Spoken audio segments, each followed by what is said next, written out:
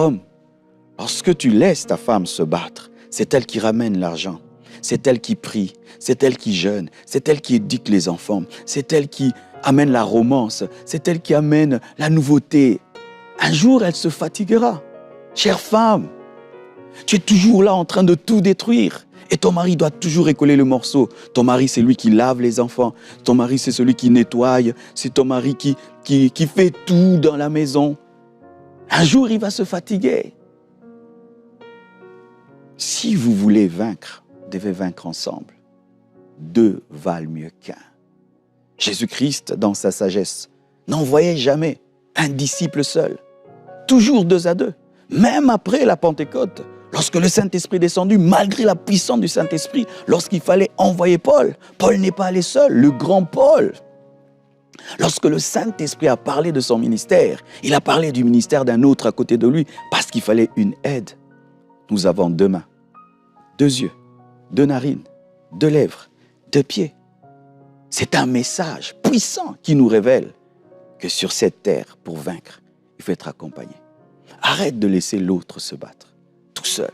Arrête de laisser ta femme se battre toute seule. Le faible serra la porte. Le fort finira par se fatiguer. Travaillez ensemble. Battez-vous pour travailler ensemble. Et Dieu vous aidera. Comment bâtir un couple solide? Il faut télécharger l'application Pardon et l'utiliser sans modération. Il y a une application qu'il faut avoir. Tu as YouTube, tu as Facebook. Est-ce que tu as l'application Pardon? Quand tu te maries sans l'application Pardon, votre couple sera détruit. Qu'est-ce qui maintient notre mariage avec Jésus? Parce que la Bible dit qu'il y a un mystère dans le mariage, c'est que notre relation avec nos femmes révèle la relation de Christ avec l'Église. Mais qu'est-ce qui maintient notre relation avec Jésus? Jésus nous pardonne tous les jours. Les chrétiens demandent tout le temps pardon. Et jamais on entend une voix, j'ai assez pardonné. Dieu pardonne. Le mariage de Dieu, de Jésus-Christ avec l'Église, tient sur le pardon. Et ton mariage, pour qu'il tienne, il faut que tu pardonnes. Combien de fois? Sans compter. Pardonne et pardonne. Pardonne le matin, pardonne à midi, pardonne le soir, pardonne à 0 heure. Pardonne et pardonne encore et pardonne. Et j'entends quelqu'un qui dit, mais il ne change pas. Mais aussi quand tu demandes à Dieu pardon, des fois tu ne changes pas, mais Dieu pardonne. Il espère que tu changeras. Il te donne l'occasion de changer. Il te donne le souffle de vie pour changer. Donne aussi l'occasion à ta femme, à ton mari de changer. Ne dis pas c'est un démon, c'est un sorcier, je m'en sépare. Pardonnez et pardonnez encore. Et pardonnez encore. C'est pourquoi il faut Jésus dans le couple. Parce que c'est Jésus qui te dira quand tu es rancunier. Oh, mais là, tu as fait 2 jours sans parler à ta femme. Hein? Tu as fait 3 jours sans lui parler.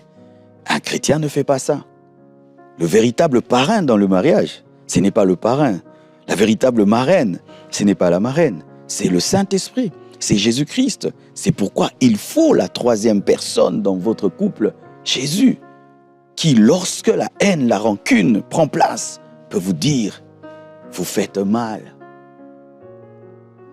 La Bible nous dit, l'homme quittera son père et sa mère et s'attachera à sa femme, et les deux deviendront une seule chair. La Bible nous dit qu'Adam et Ève étaient ensemble, et ils étaient nus, et ils n'avaient pas honte. Ayez régulièrement des relations intimes. Aujourd'hui, de moins en moins, les couples ont des relations intimes. Pourquoi?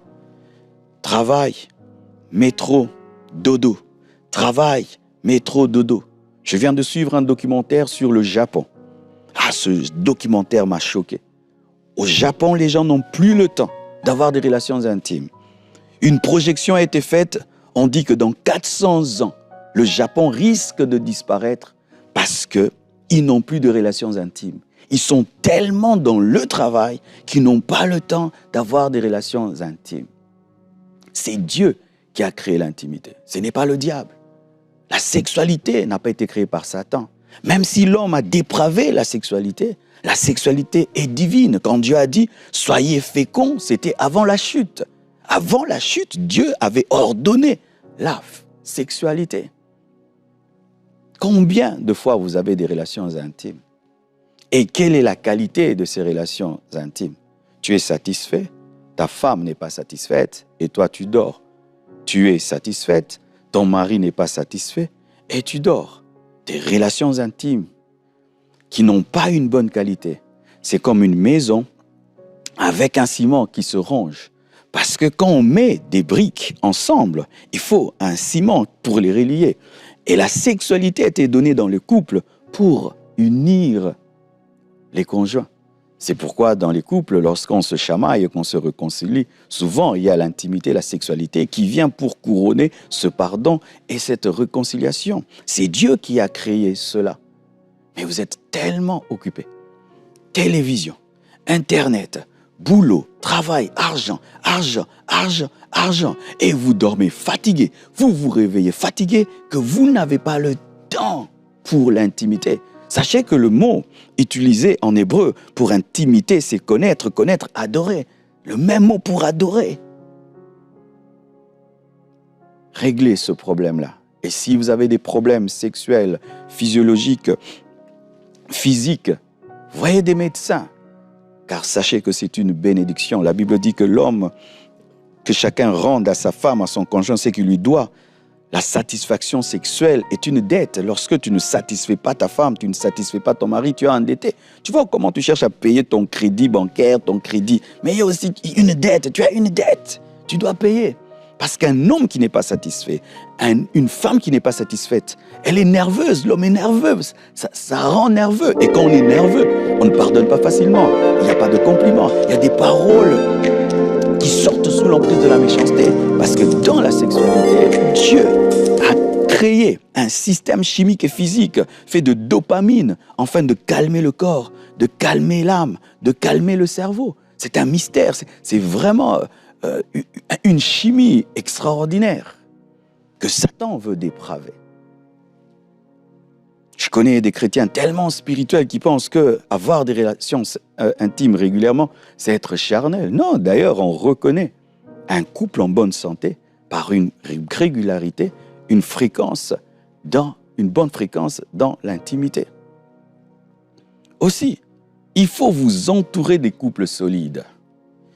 Ne vous entourez pas des couples qui se moquent de vous. Oh, tu aimes trop ta femme. Comme le prophète Jérémie a dit, ah, tu parles trop de ta femme. Toi, il suffit un peu Blanche, il suffit un peu Annabelle. Mais qu'est-ce qu'il y a? Je connais une fille qui a dit, vous les pasteurs, tout le temps, vous parlez de vos femmes. Mais qu'est-ce que vous voulez qu'on fasse? Fréquente un homme qui aime sa femme. Fréquente une femme qui aime son mari. Fréquente un homme qui est fidèle à sa femme, qui te dit, depuis que je suis marié, je n'ai jamais trompé ma femme. Ça challenge, ça donne la force. Fréquente une femme qui est heureuse de se soumettre à son mari. Fréquente un homme qui est heureux de rentrer à temps pour prendre soin de ses enfants. Fréquente des couples qui vieillissent ensemble. Mes parents, aujourd'hui, ont 49 ans de mariage. J'ai 48 ans, j'aime pas cacher mon âge. 49 ans de mariage. Et quand je les vois vieillir ensemble, j'ai dit, je vais tenir. Et je vois qu'ils s'aiment. D'ailleurs, ils s'aiment plus qu'avant. J'ai dit, si papa et maman tiennent, je tiendrai. Fréquentez des couples solides. Fréquentez des couples qui vous encouragent. Fréquentez des couples qui vous disent que c'est possible. Non pas qu'il faut fuir les autres qui ont des problèmes, mais aller vers eux pour les aider, mais pas pour recevoir. Je termine en disant ceci. Les couples solides sont des couples qui dialoguent. Il faut parler. Il faut causer. Parler de tout et de rien. Ne parlez pas que des factures, ne parlez pas que des problèmes. Parlez de tout et de rien. Comment était ta journée? Comment était ta journée? Pendant la journée, tu sors, tu l'appelles. De moins en moins, on voit des maris, dans la journée, il prend son téléphone. Chérie, comment ça va? Comment tu es là-bas? Non? Tu quittes ton travail à 8 heures, tu rentres à 20 heures, mais pendant la journée, tu n'appelles pas ta femme ne t'appelle pas, parce qu'aujourd'hui, les gens travaillent tellement. Mais si tu as le temps, entre la journée, tu as téléphoné tes amis, pourquoi tu ne peux pas téléphoner ta femme en plein boulot pour lui dire « ma journée se passe comme ça, voici ce qui arrive ». Dialoguer, parler, causer, rier. La Bible nous dit le grand Isaac, l'homme spirituel, riait avec sa femme. C'est comme ça même qu'on a découvert que c'était sa femme. Dialoguer et apprenez à parler le langage de l'autre, le langage de l'amour de l'autre. Il y a des personnes qui parlent le langage des compliments, d'autres qui parlent le langage des cadeaux, d'autres qui parlent le langage du toucher, d'autres qui parlent le langage des services rendus. Apprends à connaître le langage de ta femme, le langage de ton mari, et parle-le. Les couples qui dialoguent, les couples qui conversent ensemble, les couples qui ont l'intimité régulièrement, les couples bâtis sur la parole de Dieu, bâtis sur Christ, vieillissent ensemble et seule la mort les sépare ou le retour de Jésus-Christ. Que cela t'arrive au nom de Jésus. Et si tu as détruit ton couple, tu as connu un divorce, si tu as connu une séparation, va prier Dieu. Que Dieu te révèle le moyen qui peut t'amener à la restauration. Parce que tant qu'il y a la vie, il y a de l'espoir. Que Dieu te comble de ses grâces. Amen.